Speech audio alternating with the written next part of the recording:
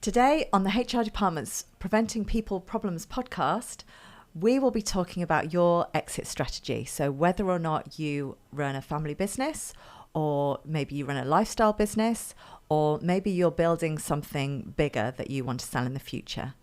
What are the people challenges that you need to overcome to be able to build a healthy business that's got value for you to sell?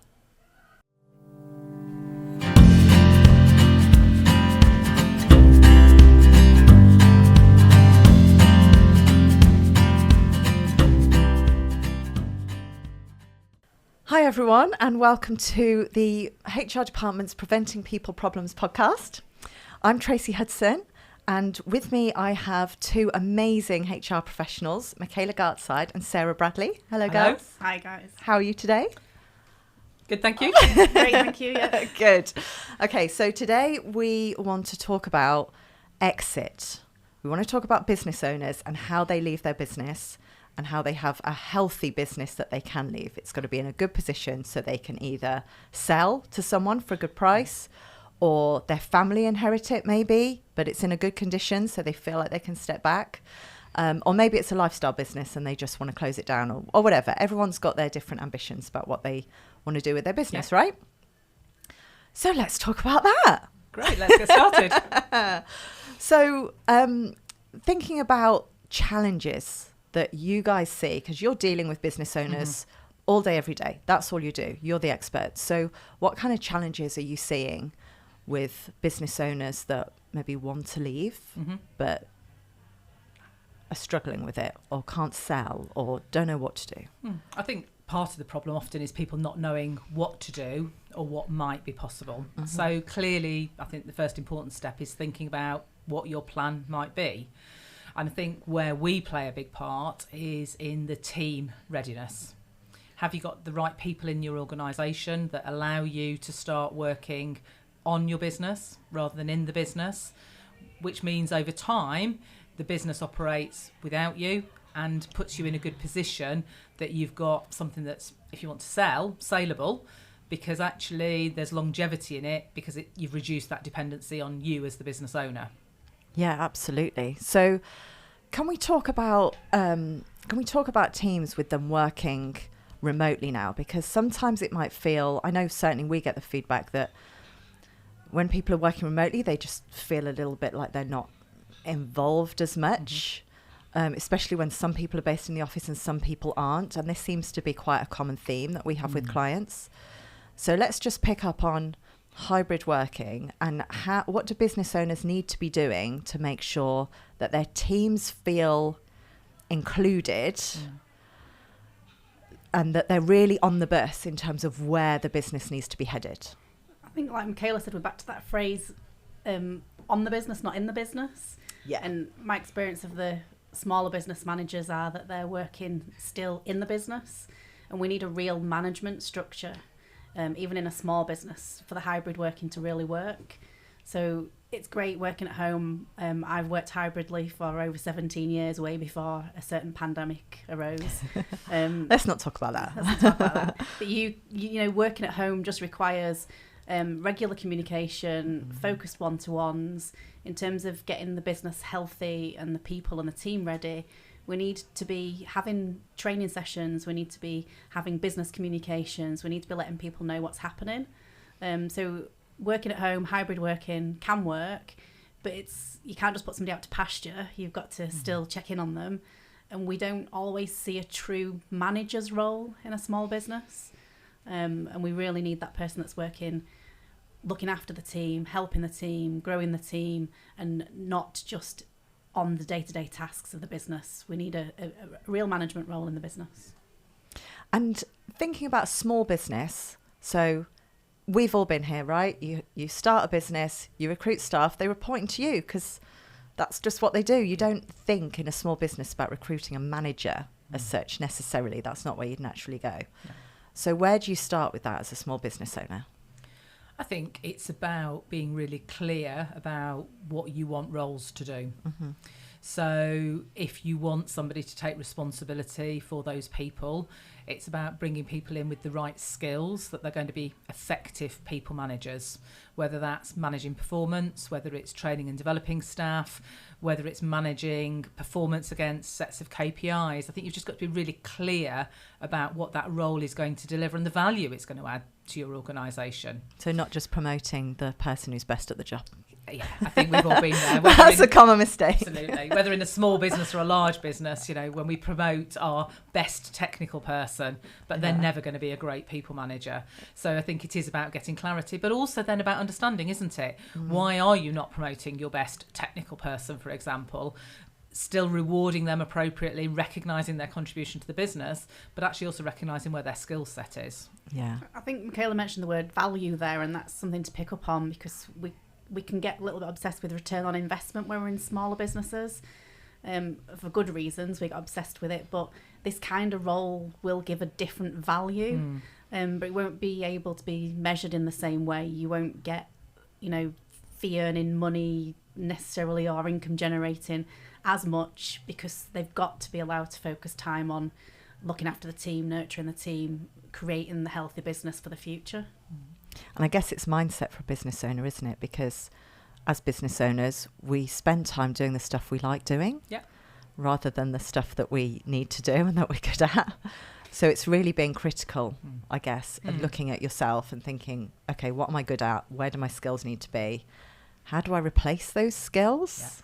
Because the business has got to go on without you, right? It's good to know, though, that not everybody's good at everything, and that we can recruit somebody that's better at certain skill sets. We've all got natural niches that we prefer to do, and there are several hats for every business, and one business owner can only wear them for so long. It can be done through outsourcing as well as internal. So if you're not the kind of business that wants to grow a huge team around you, get a coach in, get a business development person in, get a trainer in that can help share some of those skills around the team as well. I think there's a bit as well, isn't there, as the business owner, not to be afraid to hire better than you. If you really want to step away, you want somebody that you're going to be able to trust to do a better job than you could do yourself. So in the hiring process, sometimes I think we see hesitation at hiring somebody who's going to be chomping at the business owner's heels, where in reality we do want somebody who's going to be chomping at the business owner's heels because they are capable of doing many of the activities. And we should really hire for that, because if you don't, there's always going to be a gap between what you could do as the business owner and what somebody is doing for you. It's odd, isn't it? That you think you've got to be the best at all of it, and you can't possibly be. So why do we think that as business owners? Well, it's control, isn't it? It's about our own mindsets. We wouldn't be running our own businesses if we didn't believe we could be the best we could be. Yeah. So can we talk family businesses for a second? Because I know we've had some incidents where the intention is that the family are going to inherit. And, you know, mum or dad is building this business and working their whole life to build this business for the family to have. Sometimes the kids don't want it. But quite often we hear that the kids don't have the right skills. Now, that might be that it's parents being overly critical of their own children, but there seems to be a lot of complaining about they don't have the right skills, they're not ready yet. Well, how do you get them ready? Again, an external coach would be really helpful in that situation, because you can lose maybe the focus. You can't see anything but your child in front of you, and getting somebody else in to work there. The other idea that I often come up with for clients that I have in, you know, the HR department, is there a similar industry in another town, and maybe that's not quite a competitor of yours, but could they go out on secondment somewhere for a while so that they experience another business? Because we often find that family have only ever worked in the family business, and it would be good to get them some other perspective. There are some really good joint training programs. A lot of the, you know, there are different organisations, corporates offer sessions where you can join as an SME to learn business skills and development. So it's about maybe giving them some different exposure so that they've got a broader horizon about their business understanding, get them onto a really good peer group board that maybe meets monthly, and they're just picking up different experiences then. That's loads of really good ideas. So basically, to summarise, external input is what we need. I think there's also a piece about honesty, isn't there?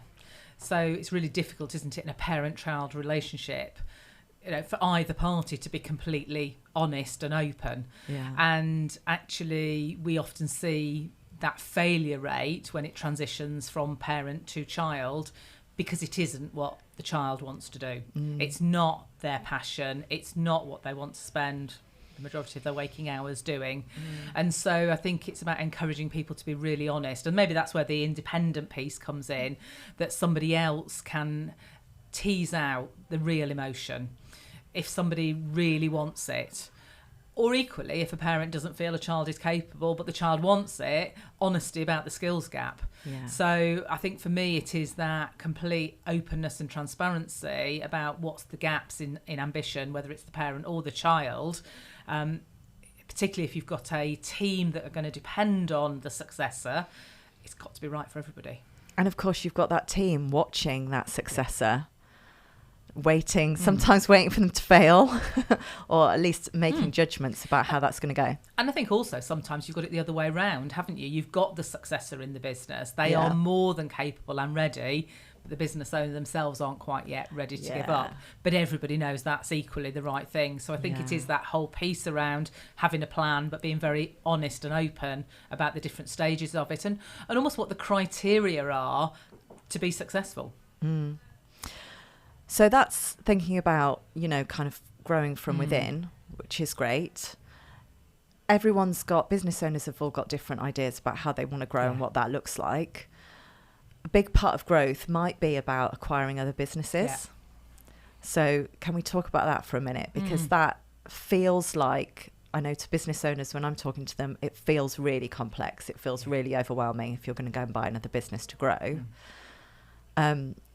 What are your thoughts on that? What advice do you have to business owners who are thinking about, I might want to acquire a business, there's a team of people there, how's that going to work? I think in the starting point, isn't it? It is around them understanding what it will bring to their business for the investment they're about to make. But I think when we often get involved, they've perhaps already made that decision in principle. I think where we often get involved is the importance of great due diligence, really understanding what you're about to acquire, what the liabilities are that you're about to acquire. Is what you see from the outside the reality on the inside? It never is. And we all know that we've been through due diligence processes where you do start to discover the skeleton in the cupboard. Yeah. And so I think it's about not being afraid to take your time in the due diligence process, to ask all of the questions that you need to do, whether those are commercial, whether about the people, the financials, but really give it a good scrub. Be absolutely certain that it is the right thing for you. And we've worked with a business in the past where they walked away from the deal because, having done good due diligence, the reality was the risks were probably far too great. Yeah. And then once we've done the due diligence and we're moving on to the people management, we really need to plan ahead. So as soon as we know that we're definitely going to acquire a business, whether it be share buyout or cheapy transfer, we need to plan our communications with the team who are moving to us and the team we already have. So we've got to communicate. And sometimes I've heard kind of business owners say, oh, GP regulations don't apply, I don't need to consult. But still, these are people and something's going to change. And when change is happening, people need communication. So I know there's going to be people listening to this who are going to be driving in their cars, listening to this, going, what's she talking about? What's TUPE? The transfer of undertakings and protection of employment. So what does it really mean, Sarah? When we acquire a business and we transfer the undertakings, the TU, the employment's protected. So if we acquire a team and we're transferring it to our own business, we need to be very mindful that we've got to be aware of the terms and conditions. We can't just go changing them easily after the transfer. It's not impossible at some point to change things, but we've got to keep in mind that everything's staying the same as we inherit it, at least for the foreseeable future. Yeah. And we've got to communicate. So there are regulations about consultation. There's more onerous regulations if we've got a larger team. So we've got to be very mindful to tick the boxes. If we don't tick the boxes on all the regulations, it could cost us 13 weeks pay per employee with whom we failed to consult. So Everyone's always shocked at that because sometimes it feels ridiculous doing a consultation when there really aren't any changes, especially when it's businesses that work closely together, right? Like in a group environment, where the group owns two limited companies and you're merging them together. Yeah. It seems like a bit of a weird sham process, but if you don't do it, you're right. And you'll get them where there's a common director and both companies know the common director, and on the face of it, it feels like one business already. Yeah. But we can't avoid the regulations. But done properly, it really does just mean talk to people. So we just let them know what's happening in a timely manner, in a little prescribed way. But it's costly if we forget to do it the right way. And send the right letters. Yeah. I think also talking to people brings them on the journey with us, doesn't it? They start to understand the why we're doing it. They get behind the objective of doing it. And hopefully, in most cases, they understand that there are greater benefits to the whole organisation, whether you are the organisation who's receiving people or the people who are transferring in. Yeah. But of course, people are going to feel vulnerable. Yeah. When you're merging two companies together or one's being bought in by the other. And, we're saying, I hear what you're saying, Sarah, everything's got to stay the same.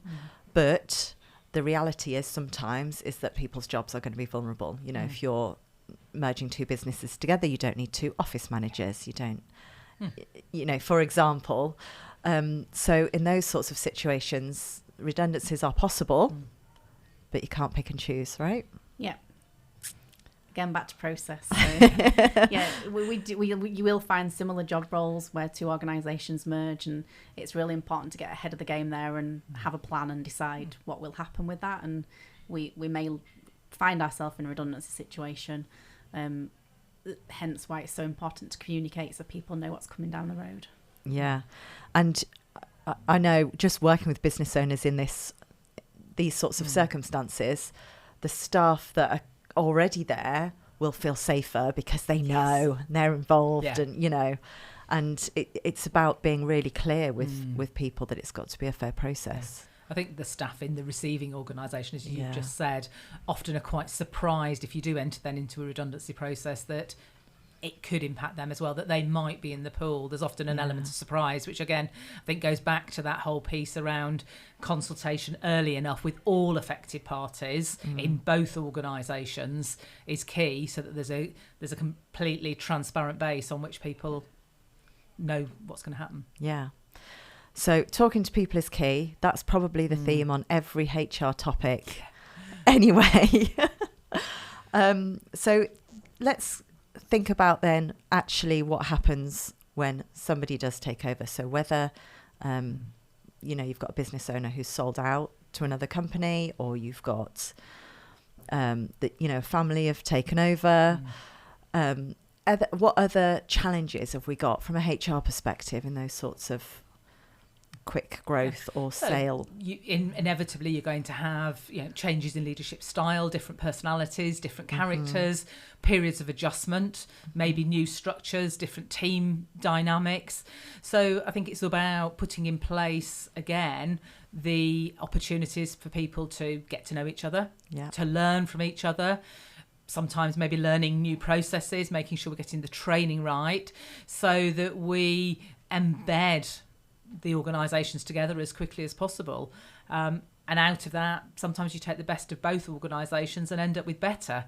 If you're not careful, sometimes you don't take the best, or you don't even do anything, and you just end up with a very fragmented organisation. So I think it comes back to what Sarah was saying earlier of take time to plan. Yeah. And business owners also quite often worry, especially if it's a small team and they know them really well, they've been running that business a long time. If they sell their business, they quite often will say, I just want my team to be looked after. I want my staff to be looked after.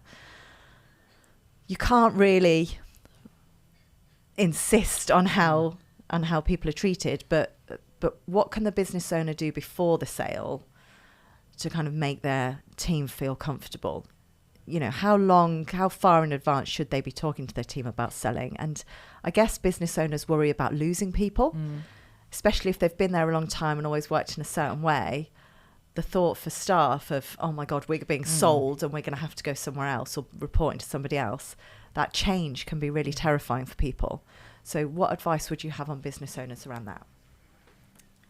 It's just planning again, isn't it? And as soon as we know we're definitely going to sell or buy, we need to be starting the communications. So wait for a definite. I know it's hard, isn't it? It's I debatable. I think maybe there isn't a one-size-fits-all answer to that question. Different teams, different dynamics, different businesses, different pressures at different times. I think there's that whole piece about making your decision about when the right time is to start the conversation. To address those risks of losing key talent before sale, you maybe need to look at putting additional incentives in place. You might need to look at involving them in the process. Yeah. I think there's also a piece, isn't there, around you satisfying yourself that if you have that mindset that you just want everybody to be okay, you have ultimately a selection process in who you sell to. Yeah. So again, it goes back to that due diligence. Due diligence isn't just a paper exercise of what am I inheriting or what am I sending over. It is an exercise of fit, culture, experience. Yes. So I don't think there is a one size fits all. Planning is key in every instance, but the plan will vary. Yeah, it's common. I think you start off the thoughts about buying a business with money in mind, don't you? How much is this going to cost me? But it seems that it's quite rare that deals fall down on the basis of money. No. It's about, as you say, culture. Yeah. It's about people, what's going to happen to so-and-so, or buyer finds out you've got somebody really dodgy and annoying and they just don't want to take on. And I think business owners learn a lot about the other business through the sale process. And we've all seen it, 11th hour, change of decision. Yeah, if you don't think it's right, don't carry on, because you'll feel it forever afterwards. Yeah. Okay, so one thing that we haven't talked about yet is those business owners who don't have a team, but they want to sell their business. So when you don't have a team, but you need to sell and you don't want to be involved, where do you start? Sarah?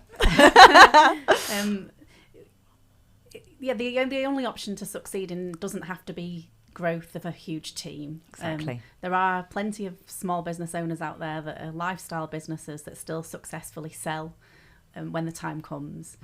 There can be a variety of different ways. Somebody might be in the marketplace and be willing to buy the entire business from you at that lucky moment in time. It's one option. The other option would be maybe towards the end, where you know that the sale time or your exit time is coming closer, and that you hire in at that point, and you hire somebody that your purpose of hiring them is to take over the business. And that could be either as a buyout, so they could buy part of the business from you, or you can consider hiring somebody that will become the manager and you still stay in the background as the shareholder, the director. Retirement sales that come about, where it's a lifestyle business, but any business this applies to, the incomer that's taking over the business doesn't have to give you all of the money straight away. You can work out a plan off the back of the retirement sale for the business to be bought out over a certain length of time. And we didn't talk about employer ownership trusts, which is another idea where you can gift almost the business to the employees, but it's not a true gift. You do get some money out of it. But we talked about all these people that want to feel that they're still part of the business if the business owner sells. Well, how better way than to make them the owners of the business for the future? So there's lots of options that don't necessarily involve the growth of a huge team. So for lifestyle business owners out there, you can plan other strategies. As I said, from a whole stock business sale to the perfect recruitment towards the exit time. They're two of the options that I'm aware of. I don't know if anybody else has got anything to add to that. I think you've certainly covered it there, haven't you, Sarah? And I think, but the important thing is to think about what's right for you. So managing that exit in the right way for you. Doesn't matter whether you're a large organisation or a small organisation or a single person organisation. It's about getting your plan right. But that takes preparation. It's not a case of make the decision and it's going to happen next week. If you use your recruitment example, Sarah, then you need to be planning. What does it look like? What does that person look like? What skills do they have? What do they need to be able to do in order for me to bring them into the business and for this to be successful? Yeah, absolutely. Well, thank you so much, both of you. That's been really valuable. Really appreciate it. Thank you to everyone for listening.